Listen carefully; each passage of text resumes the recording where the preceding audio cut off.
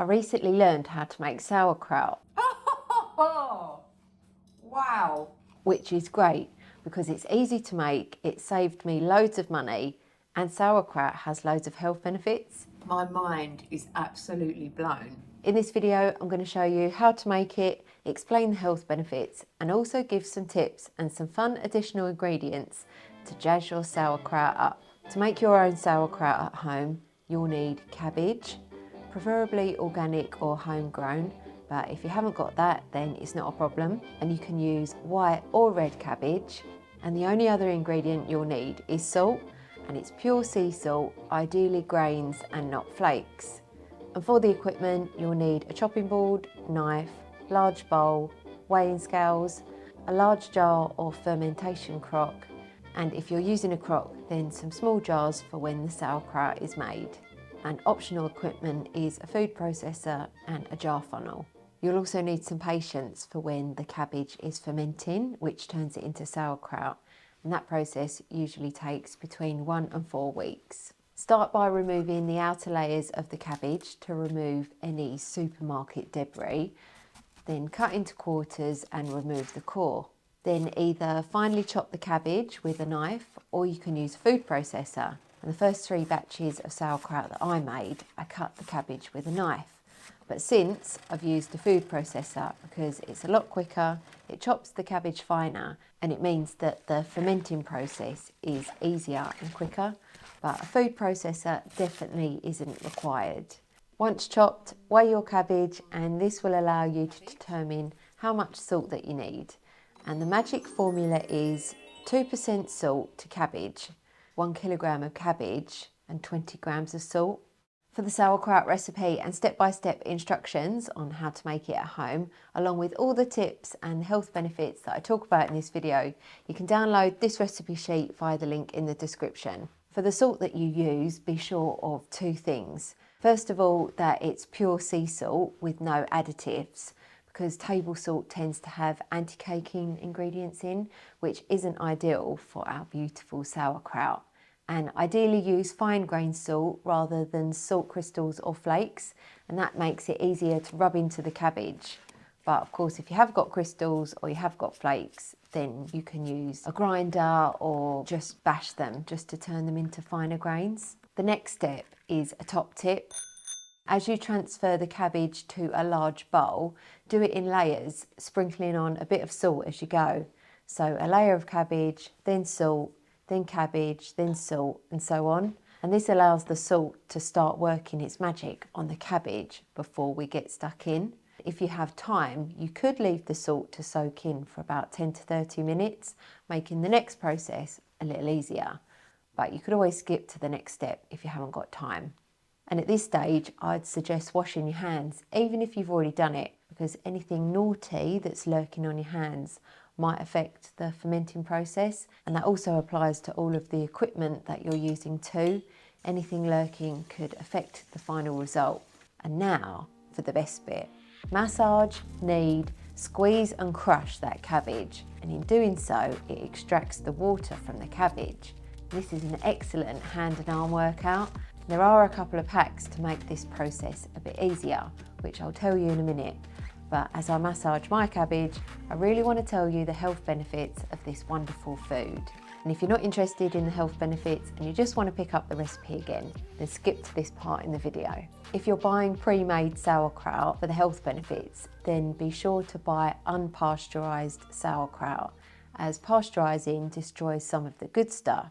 And unfortunately, many cheaper sauerkrauts are pasteurised, with the unpasteurised version being way more expensive, which is why it's great to make your own. And a quick side note here, I used to buy organic unpasteurised sauerkraut, and 6 jars cost me £16, and I would eat 1 jar every 1.5 days. So over the month, I was spending £45 a month just on sauerkraut. And then I realised it's just salt and cabbage and that I can make my own. Now I'm spending £2.50 a month, and I'm getting super powered sauerkraut because it's freshly fermented by me. Sauerkraut first came on my radar when I read The 4-Hour Body by Tim Ferriss many years ago. In the book, Ferris explains how he eats 5 forkfuls of sauerkraut each morning before breakfast to feed the good bacteria in his stomach. Sauerkraut is a probiotic and prebiotic, meaning the fermented cabbage is packed with fibre and live friendly bacteria, which is excellent for gut health. And good gut health can improve the immune system, digestion, decrease inflammation, and even benefit our mental health and well-being. And unlike many probiotic supplements, where the good bacteria doesn't even make it to our gut because it's destroyed before it even gets there, then the fermented cabbage takes all the good stuff all the way down to our stomach and beyond for super-powered benefits. Sauerkraut is also a prebiotic, meaning it feeds the existing good bacteria that's already in our gut. And more good bacteria means less bad bacteria and leads to a healthy gut and healthy body. And with the stomach being referred to as our second brain, the health of our gut is directly correlated to our mental health, well-being and mood. And it's mad to think that eating a bit of fermented cabbage can have a positive effect on so many things. I'd consider it more of a medicine than a food, but it keeps getting better. 80% of the immune system is found in the gut, and sauerkraut feeds the good stuff in our stomach, which can then lead to a stronger immune system. Cabbage contains vitamin C, which supports our immune system. And a quick history fact, because sauerkraut doesn't spoil, it used to be consumed by sailors during long voyages to prevent scurvy. Sauerkraut also contains vitamin K, which encourages calcium to go to our bones. Then there's a vitamin that I've never heard of before, and it's vitamin U, or S-methylmethionine.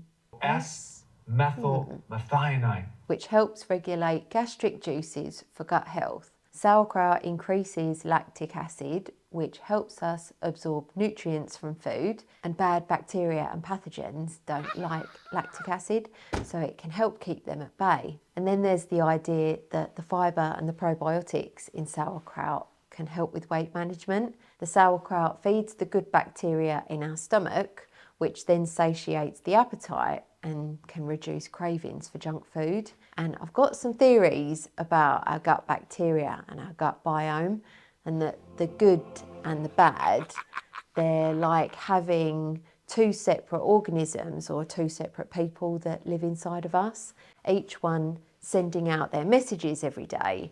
So we're getting all of this good stuff just from a bit of fermented cabbage.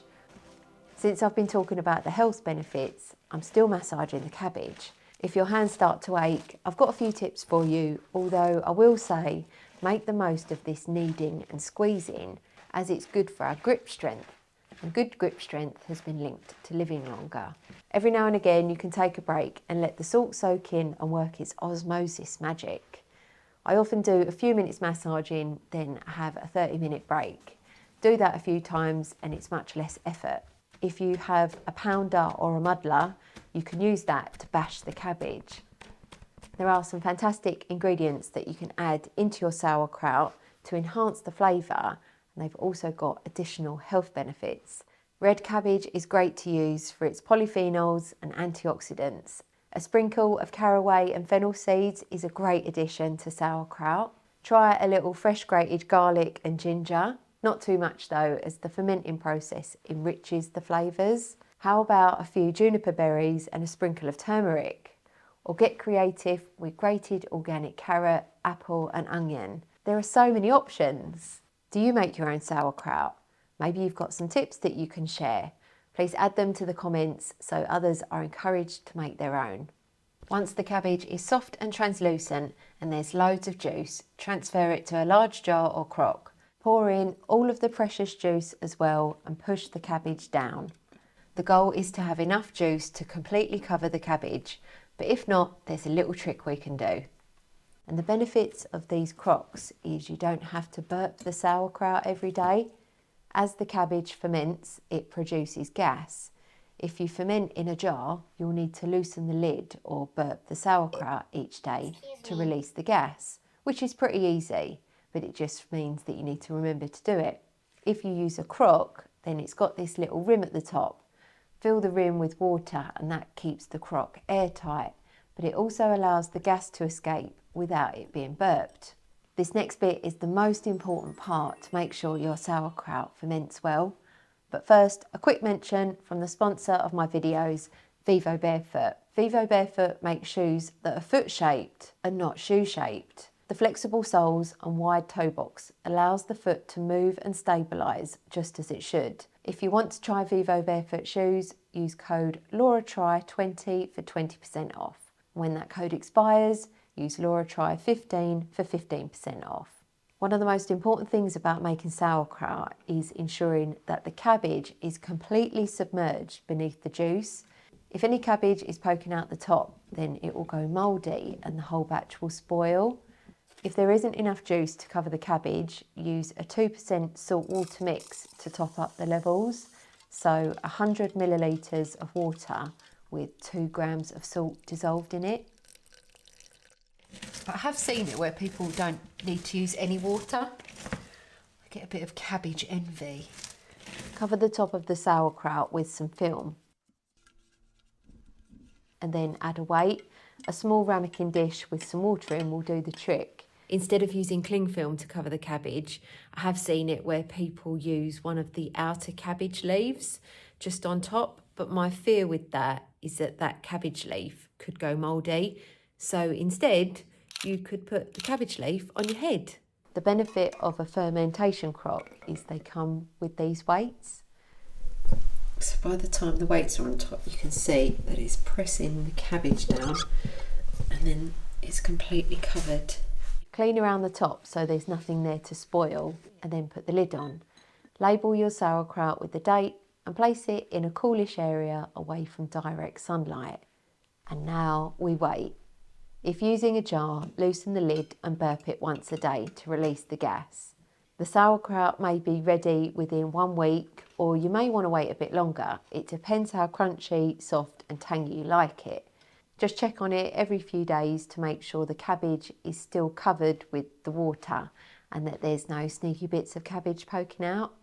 Clean anything up that's lurking about just to make sure the process stays good. After 6 or 7 days, then taste your sauerkraut to see how it's doing.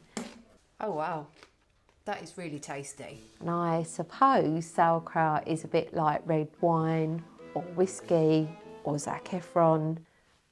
They just get better with age. I can't believe that I just made that joke. If you've made your sauerkraut in a big jar, you can keep it in the big jar and eat it straight from there. So you can just store it in the fridge and it lasts for ages. If you've made it in a crock, then empty that out and transfer it into clean, sterile jars.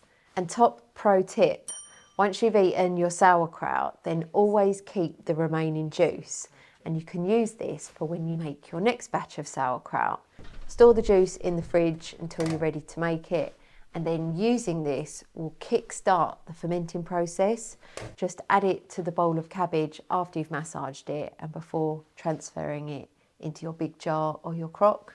And it just means that that whole process will just get going. Then enjoy 5 forkfuls daily, Tim Ferriss style, ideally on an empty stomach, so the good bacteria can go full steam ahead and do its work. And obviously you don't need to eat 5 forkfuls, you can eat as little or as much as you like. I'll be making a video soon about sprouting seeds and beans and also growing cress at home without any soil, explaining the benefits of these microgreens. I hope you enjoyed this video. Thanks for watching and hopefully I'll see you next time.